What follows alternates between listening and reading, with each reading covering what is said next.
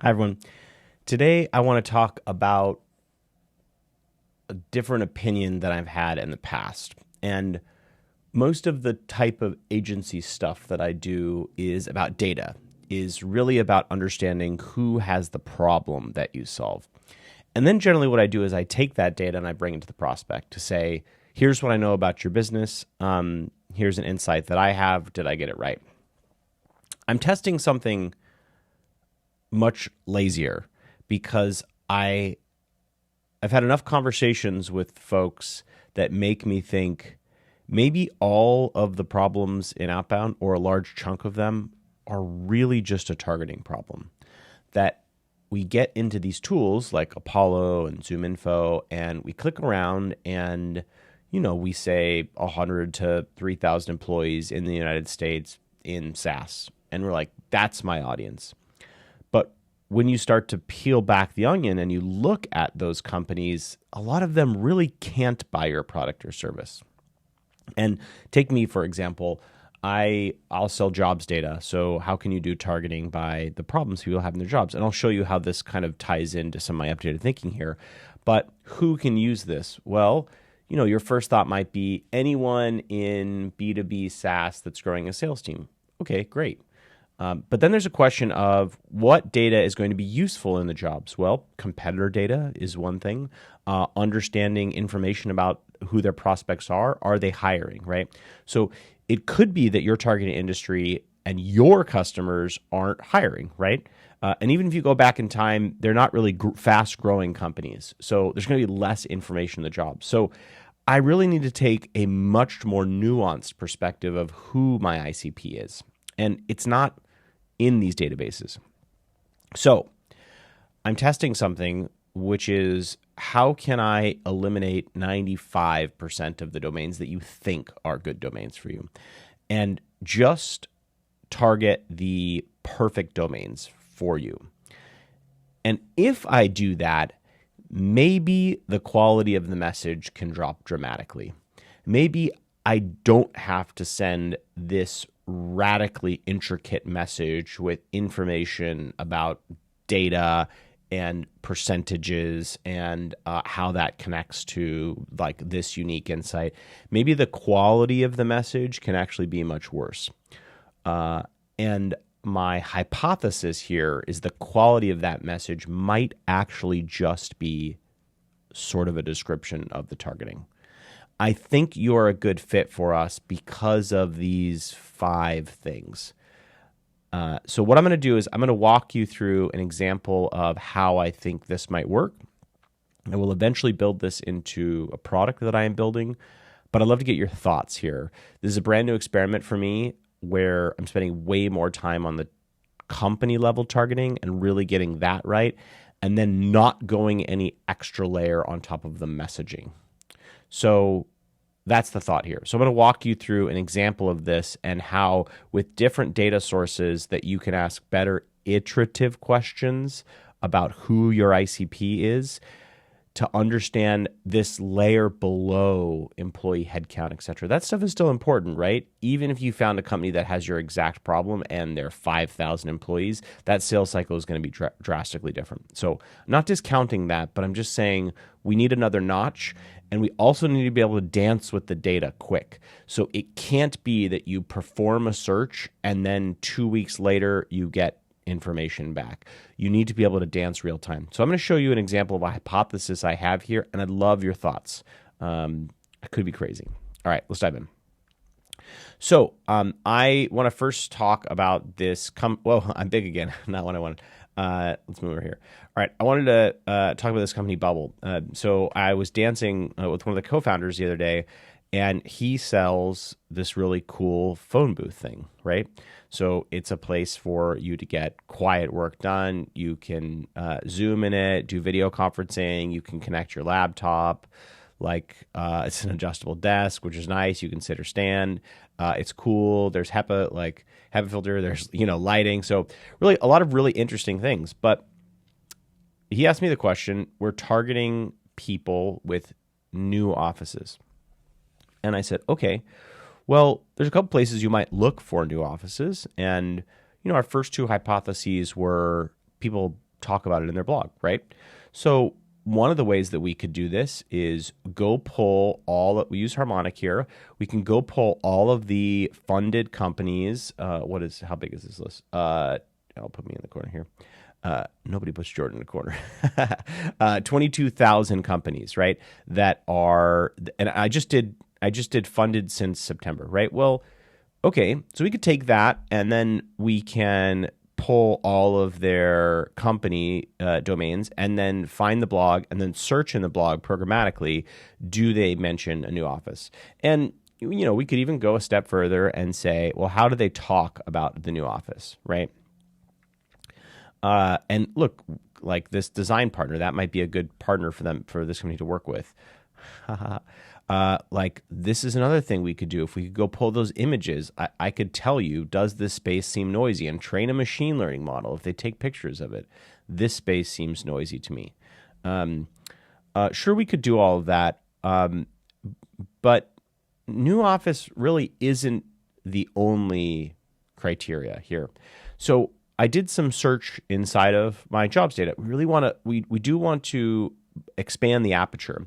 And what this looks like is I want to know who is thinking about improving their office, investing money in it, and also has an office, right? These are all important things. So you're not going to get that by funding. You're not going to get that by location. This might be a good way to start, but you're not going to find that information. So we turn to my jobs data. So one of the things that I did here is I said, all right, I want to look at jobs that are fully remote where it says your home. This is an filtering criteria, right? So I said, actually remove all jobs that ever say fully remote or your home. Then I want to look at keywords, moderate noise, loud, or distracting. So I ran this search and I said, okay, now these are the companies that are talking about loud noises, right? They're like, hey, you have to, now this is like full service restaurant. So this is where it's important to have the company filter, which we don't really have here. This is a sushi restaurant that's hiring unlimited number of people, which is kind of funny. Let's go to the next page. So great. This like Cornerstone, the HR team. So you can see now we're starting to see companies that are in person, right? That are technology companies. So we now need to combine these two filters, which you don't see here, but they're loud environments and the right company. But we can take it a step further. So I worked with the founder and we looked at a bunch of other criteria. So it turns out that a good time for this is not just if people have opened a new office. That's one signal. But you also care about who is thinking about their office now. And jobs are a great way to do that. So what we did is we found all these really interesting keywords. Audio video, right? Which is a keyword that determines they're thinking about the audio visual experience in the workplace. Workplace experience, workplace design, strategy, space planning, office budgeting, new office build out, occupancy planning, workplace technology, strategy, design, workplace lead, real estate strategy. So some really interesting keywords here to identify companies are thinking and care about this now. So now we can see these are all the keywords that are highlighted, right? Workplace culture, dental space planning, right? You would never have thought that would have been a good fit for you. Real estate strategy. And you can kind of see some of these companies aren't necessarily a good fit. Algolio is probably a great fit for them. Box is probably a great fit. Yext, A16Z, good fit. But like the New York Yankees Steakhouse, like probably not, right? So I think that if we can combine company data to determine who is within the range of someone that we could help, you can combine this with jobs data to determine, are people thinking about this? And because you can dance with the data, you can say, how are they thinking about this? And to increase the keywords that you use to identify that they're investing in the workplace. And then what you need is the ability to use a service like Built with Lead's Eye, which basically allows you to Tinder swipe on companies in a search to say, is this right? Is this not? From screenshots of their homepage. So once we can easily combine these searches and dance quickly with that data, we do need the ability to have an expert like a founder look at some of these companies and determine why they aren't good fits. What about this company means that they likely will never buy a phone booth?